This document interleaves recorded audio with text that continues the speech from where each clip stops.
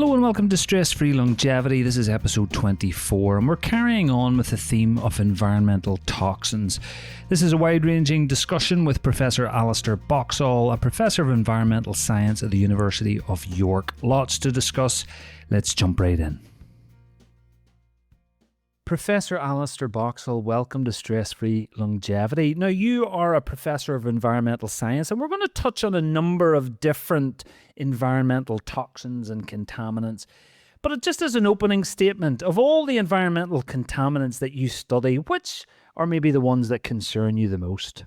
I think there's probably three classes.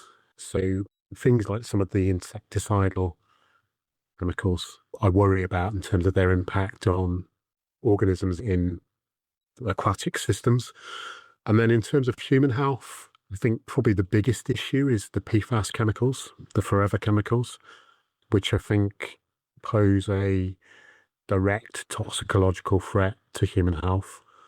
But then the other group that it's a more of an indirect effect is the antibiotics. So our concern is the presence of antibiotics in the environment might be selecting for resistance in bacteria, and that resistance could be getting back into the human population and animal populations and could be contributing to the antimicrobial resistance crisis.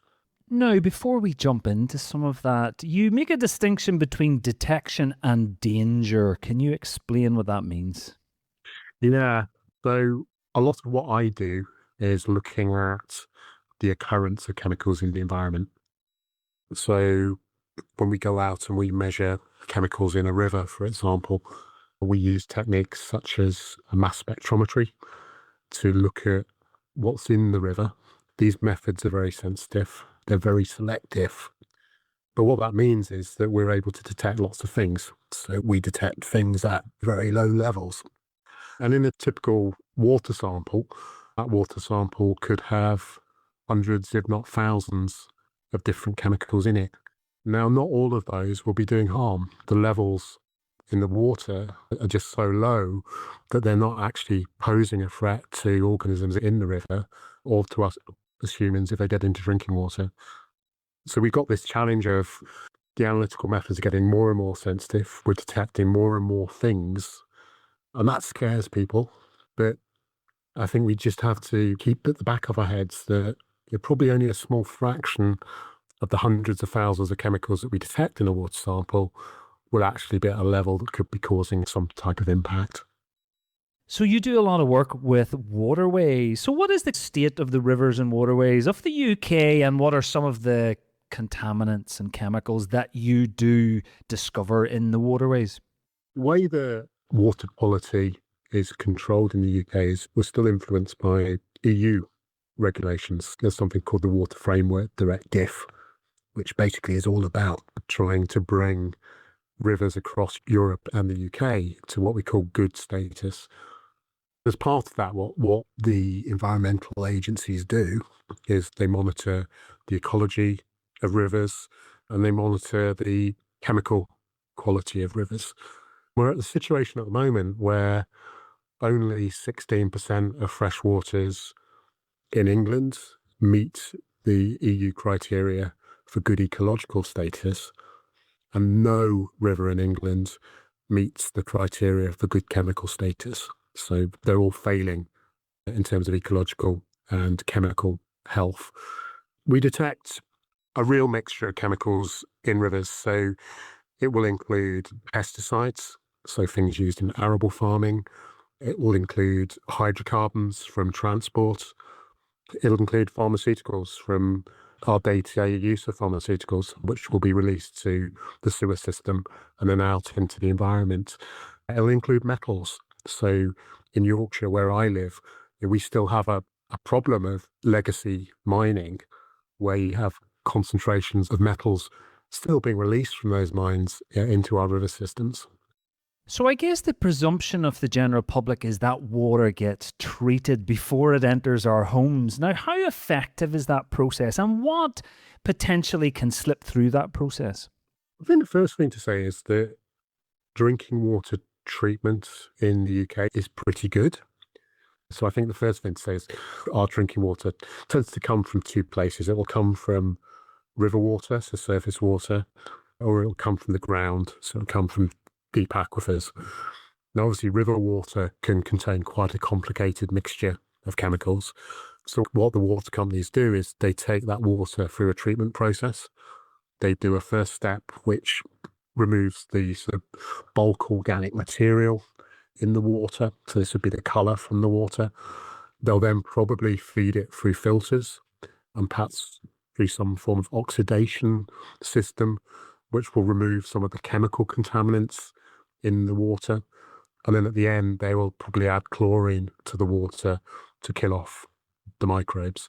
So by the time the water's gone through that whole process, what we find is many of the chemical contaminants that we would see in a river are actually removed to quite a large extent. So the levels that we see in the final water are much, much lower than you'd find in the river. Now, there are things that slip through. So we do a lot of work on pharmaceuticals in the environment. One of the chemicals that we detect quite widely in rivers is a chemical called metformin. It's the treatment for type 2 diabetes. And that's one chemical that doesn't seem to be very readily removed by typical drinking water treatment processes. So we still find quite high concentrations of metformin in the treated drinking water. Now, that then raises the issue, should I worry about that? If you compare the level in the water to the level that someone with type 2 diabetes would be taking when they're taking that drug, the levels are really, really small. So we think the risk to human health is probably quite low. Now, there's a lot of people who filter their water. Is it a benefit? Does that filtering make a difference sizably to any of those potential contaminants? Can do. So there are data suggesting that some of the filtration methods will lower concentrations of some of the organic pollutants. People have suggested the PFAS, these forever chemicals. One way to perhaps lower your exposure to PFAS would be to install some form of water filter in your kitchen.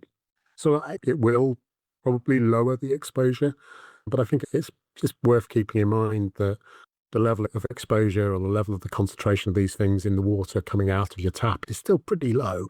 So it's not something that I lose sleep over, so I don't filter my water, but some people perhaps will do because they are concerned. Now, what about bottled water? Inherently, you would assume it to be better or better filtered, but I'm not sure there's really justification in that. Right.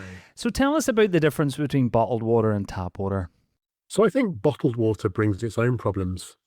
The actual material used to make the bottle, I mean, if it's plastic, that plastic is likely to have additives in it, and those additives could be leaching into the water. And there's also data suggesting that the levels of microplastics in the bottled water are much greater than you would get if you were drinking tap water. So I think whether bottled water is any safer than tap water, I doubt it. I think in some ways tap water could be safer than bottled water. Are there any considerations for people maybe living in older homes, maybe lead piping or whatever? Any considerations about that potential risk? Yeah, there are a sort of not an insignificant number of homes in the UK that still have lead piping. And if you live in a house that was built before the 1970s, it is possible that you're living in a house with lead piping. Lead is not a particularly nice substance, and it can cause acute effects, so things like vomiting. I think the levels that you get in tap water, that's not going to happen. But I think our main concern there is more the chronic exposure, the long-term exposure, which can result in things like neurological effects. There are ways in which, if you live in a house with lead piping, that you can reduce your exposure. So, I mean, obviously, the ultimate solution is to replace the piping with plastic piping. But the water companies, for example, suggest that if you live in that type of house, if you run your tap first thing in the morning, just a bowl full of water through the tap, what that will do is it will clear the water that's been sitting in the pipes overnight that the lead has been leaching into, and that will have a big effect on the concentrations that you're exposed to. So that would greatly reduce the risks. And does filtering impact lead exposure? It would depend on the filter. So different filters will remove different things. So some filters will be very good at removing things like lead. Other filters will be very good at removing things like PFAS. Like I said to you before, I filter, but I'm not even sure what I'm filtering. And I'm not even sure what the product itself filters. Are all filters the same? Do they all have different qualities? Do they filter different things? Or are they just one and the same thing? Well, I think the first thing to say is I'm not a filter expert. I did used to filter my water, but the main reason for that was hardness. So at the time, you could buy filters in the shops that were basically there to reduce the calcium level in your water, the hardness. That's the stuff that furs up your kettle and potentially furs up your washing machine. Now, I have seen mention of filters that remove things like the PFAS chemicals, the forever chemicals. And I think there are data suggesting that some of these filters can be quite effective at removing some of these contaminants. I think my advice would be that if it's something that you're thinking of doing, research it, have a look on the internet about what the filter claims to do, and perhaps look at whether people have actually studied whether they actually do remove these things or not, and base your decision on that. This is probably a slightly unfair question, but we have an audience from around the world. Are you aware of major differences between waterways in the UK, which you've mentioned is quite good, and the filtering process, and other countries around the world? Are they quite similar, or are there quite stark differences? There are massive differences. We've done monitoring of pharmaceutical pollution in rivers, and we monitored pharmaceuticals in more than 230 rivers across 104 countries. And we saw very, very big differences in the level of pollution. The levels in the UK are sort of in the middle, but they're by no means the highest. You see much greater pollution in rivers in sub-Saharan Africa, in Asia, and also in Latin America. In those environments, the way that people are sourcing their drinking water can be very different. In some of these regions, you'll have people getting their water for cooking and drinking directly from the river. And so their exposure will be much, much different to what we get in the UK. Now let's move on to forever chemicals. These seem to be getting their time in the spotlight at the moment. A little bit of basic science just to begin with. What do we mean by forever chemicals? So the scientific name is PFAS. These are chemicals that contain fluorine, and because they contain carbon bonded to fluorine, they're very, very stable, so they don't degrade. In some ways, that's really good. That gives the chemical quite useful properties. So it helps with things like water repellency, stain resistance.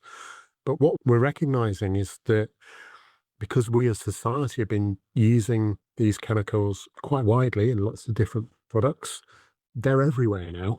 And the problem we have is because they're everywhere and they don't degrade, even if we stop producing them now, we're still left with this sort of legacy residue that's going to remain in the environment for a very long time.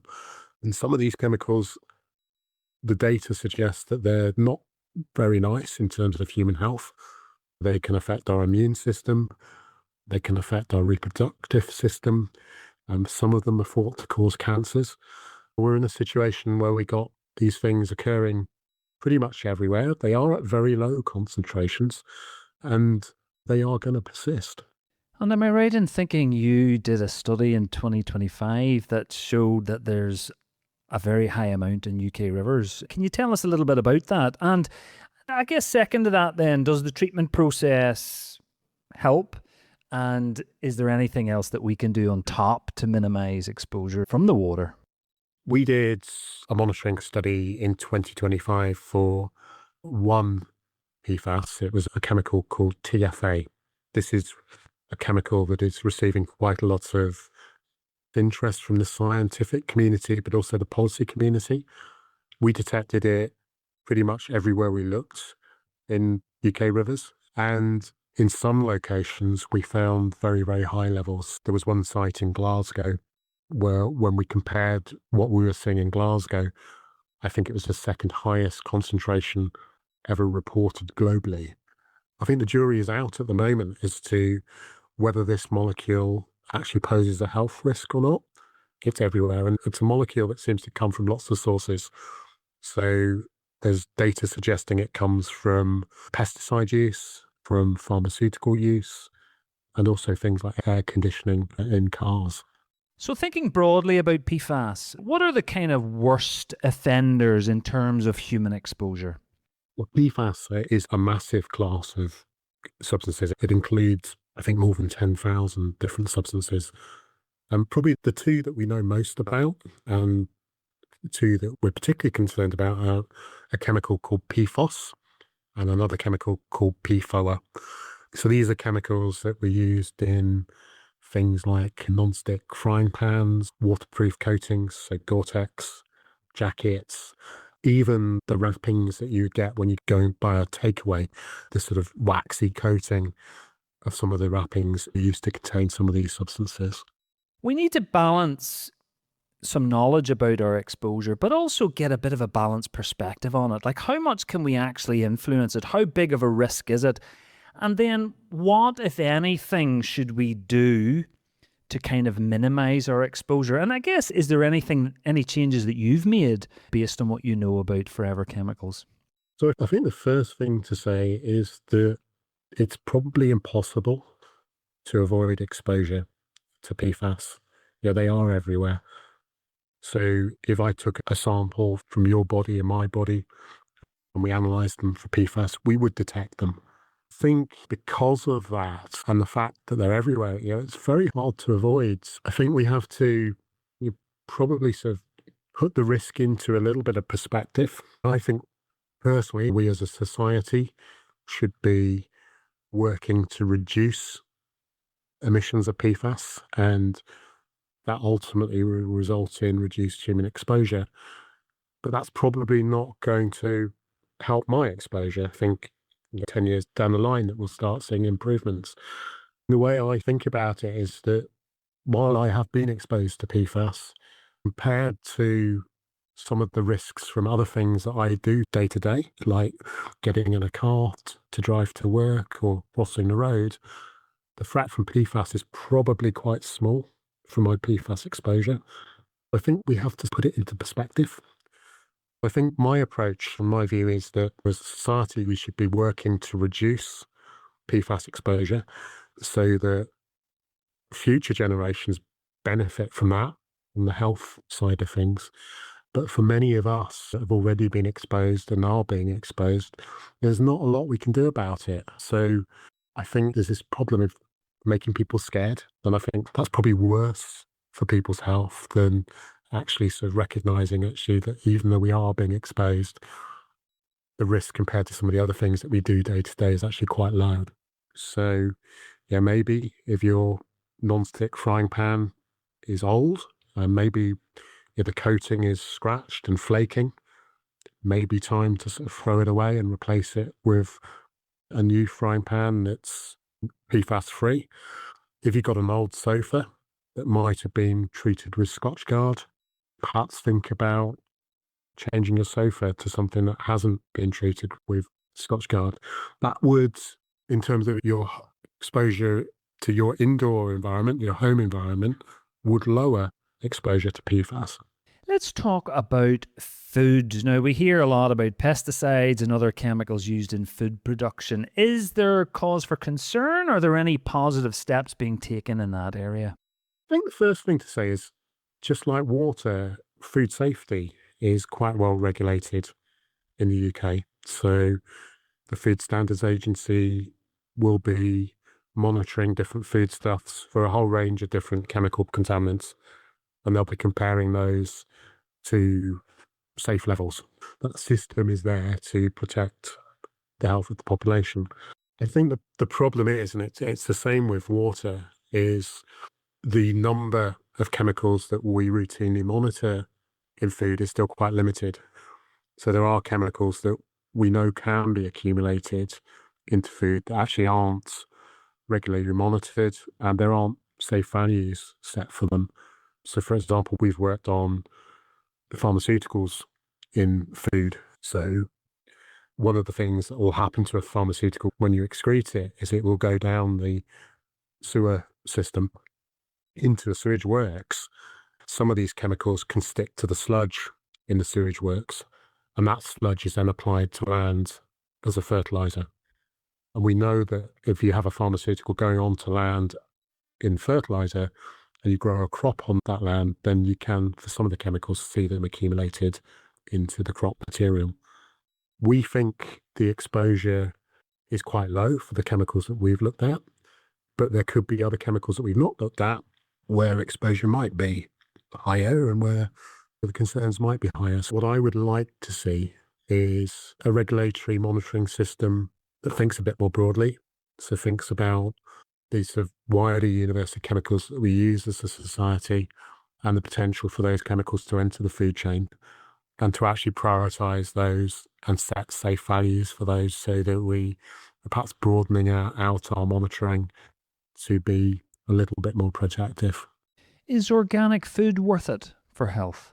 I don't eat organic food on purpose. I see a benefit of pesticide use in terms of crop production and producing safe food.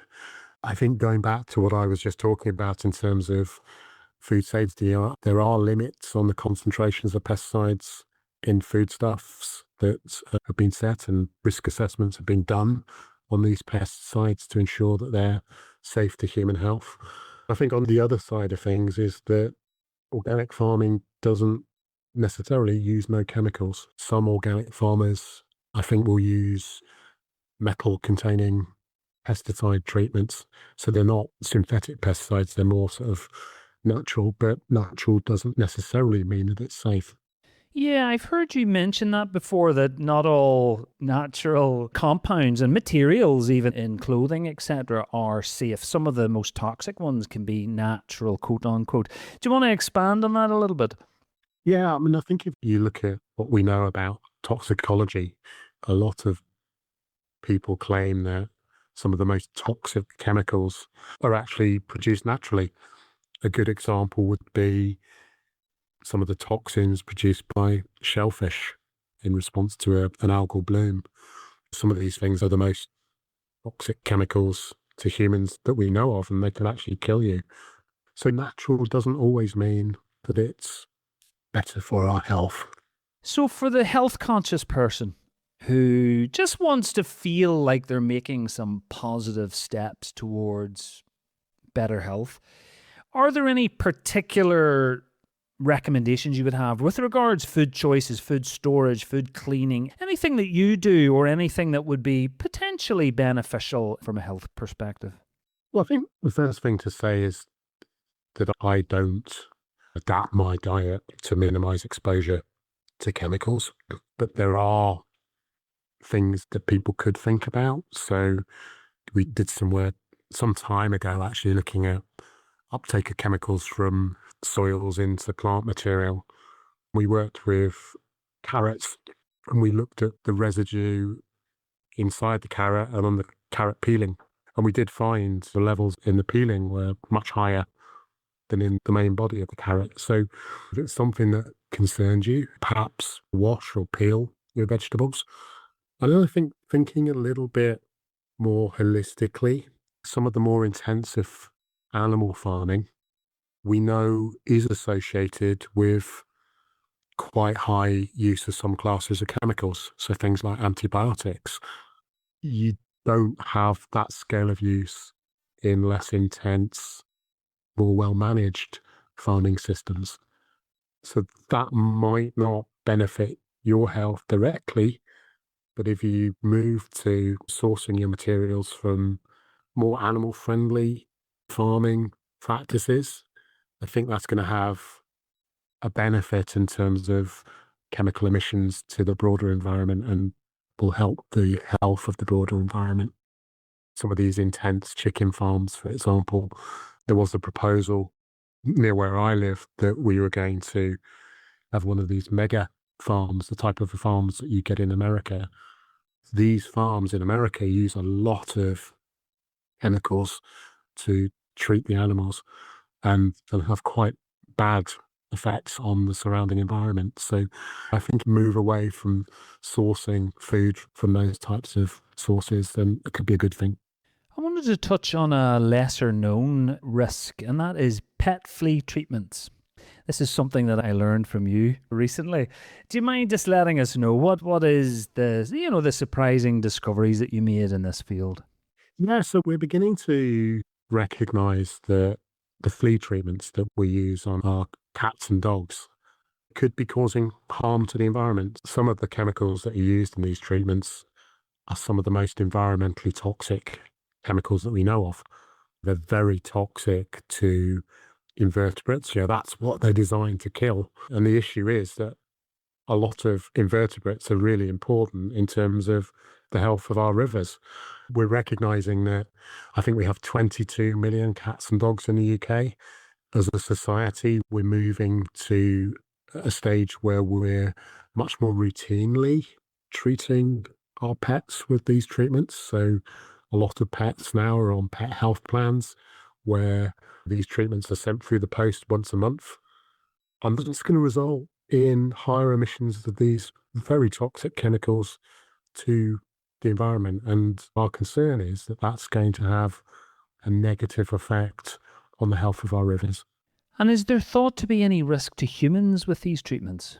Everything poses a risk, but the levels that I think you would be exposed to are probably quite low. It's not an area that I know a great deal about, but I think before these products are approved, the companies will have to take the product through a human health risk assessment to assess whether the use of the product is going to pose a risk to the owner. My understanding is that if there was a sort of an unacceptable level of risk, then the product wouldn't be approved. Now, the problem we have at the moment is that risk to the environment is not actually included in the authorization process for a new flea treatment. So the assumption up until now of the regulatory authorities is that the use of these chemicals on cats and dogs is so low that environmental exposure is going to be low. When we're in a situation where you have 22 million cats and dogs, one cat or dog for every 3 people, and a lot of these cats and dogs are on monthly treatments of these materials, then my prediction is that's going to mean that quite large amounts will be emitted to the environment. And I think we probably need a shake-up of the regulations. What exactly is the chemicals that are of most concern? And is there any difference between how the flea treatment is applied? You can sometimes get these drops that you can put on the animal, or you get these collars. Is it the same ingredients in both? And are there any safer alternatives that you're aware of? One of the chemicals that we're most concerned about at the moment is a chemical called imidacloprid. So this is a neonicotinoid insecticide. It was actually used quite widely in arable agriculture, but it's now been banned. But we do still detect it quite widely in rivers. And the main source, we think, is from pet treatments. Now, obviously, these things can be applied in different ways. So I think some of these things, you can get the collars, you can get the spot-on treatments. We don't really understand fully yet what different application methods do in terms of environmental exposure, whether one is better than the other. The other thing is that there are quite a large number of what we call active ingredients that can be used in these products. So I think in total there's about 30 different active ingredients. We know quite well what some of these do in the environment, like imidacloprid, but for many others, we don't really know whether they occur in the environment, how toxic they are. We've done a little bit of work on one substance called fluorolana, which is one of the alternative substances. Our monitoring suggests that the occurrence of fluorolana is actually a lot lower than imidacloprid. So it could be that if you use a fluorolana product, that it would be better for the environment than imidacloprid. But we don't really have the full data set yet to say that for definite. Now, one of your key areas of research is antimicrobial resistance, and you've described it as a silent pandemic. What does environmental pollution have to do with this? Yeah, the problem of antimicrobial resistance has been recognised for a long time. So in 2019, it's estimated that antimicrobial resistance, or AMR, killed an extra 1.2 million people globally. Up until fairly recently, it was assumed that that was being acquired either from the clinic or maybe from animal farming. But what we're beginning to recognise is that the environment may be contributing. We detect antibiotics very widely. In our global monitoring data, we detect antibiotics almost everywhere that we looked in the world. And we detect the chemicals at concentrations that we think are high enough to select for resistance in many cases. So what our concern is if you've got these antimicrobials occurring in a river or in soil, and they're at levels that are able to select for resistance in bacteria, and then those resistance genes get back into the human population or the animal population, then that could be playing quite an important role in the AMR crisis. Are there any risks to swimming in waterways? Is there any potential contaminant risk just being in the water? I think the biggest risk from swimming in rivers is probably from exposure to the microbial contamination, so the bacteria. While there will be chemicals in the river that people are exposed to, the concentrations will be quite low. So I think in terms of acute risk to human health, it is probably quite low. The only issue I think perhaps that you should be potentially concerned about is if you swim in a river every day throughout your life and you're swallowing that water every day throughout your life, then you will be exposed to the chemicals in that water continuously. As a scientific community, we don't really understand whether this very long-term, low-level exposure poses a threat to human health or not. Is there any time when risk from contamination in waters is worse than at other times? You know, if there's been heavy rainfall or whatever? There's definitely higher risk when the storm overflows are flowing. These are the things that they're designed into the wastewater system, into the sewer system, and they're there basically because sewage works are only designed to treat a certain amount of water. Now, if you have a lot of rain, then you tend to exceed the capacity of the sewage works. So what happens is the water or the sewage is diverted around the treatment plant and it's emitted through these overflows into the river. But what we're seeing is that these overflows are flowing even when it's not raining quite a lot of the time. And that's due to a number of reasons. It's due to water companies not investing properly in the treatment network. It can be due to accidents and breakages. So I think what I would advise is if you swim in a river, probably don't do it after heavy rainfall. So I'd wait a few days because that's when these overflows are going to be flowing and emitting bacteria into the rivers. There's a lot more open access now to information on when these overflows are flowing. There's maps, and these are live maps of some of the regions showing which overflows are flowing and which aren't flowing. So if you're going to go swimming in the river and you're concerned about this, you might want to look at that map and say, well, yeah, are there overflows flowing? And again, if they are, maybe avoid going for a dip. So as we're rounding off, what do you feel are the biggest misconceptions about environmental contaminants in health? What's maybe overhyped or anything that you'd like to address? I think the issue that perhaps receives more attention than perhaps it should compared to some of the other classes of contaminants is the microplastics and human health. I think there's no doubt that microplastics are an issue, but there's quite a lot of scary data you see in the news that is based on not very good science. And I think we need more robust science to understand whether these materials really pose a risk to health or not. In terms of things that you could do to reduce your exposure to chemicals, and I guess reduce exposure of others to chemicals in your household, perhaps you could be thinking about sourcing the products you use from companies that perhaps have a better sustainability record. There are multinational companies that are much more proactive and visionary about this stuff than others. I think in terms of your diet, probably getting your food locally, having a varied diet, try and avoid factory farmed food is going to benefit the wider environment in terms of chemical exposure. And then I think transport. We're still at a stage in the UK where we have big problems with air quality due to emissions from traffic. The move to electric vehicles is going to help, and walking to work rather than driving is going to help. So those types of changes in behaviours, I think, will help reduce what I call the pollutome in the UK.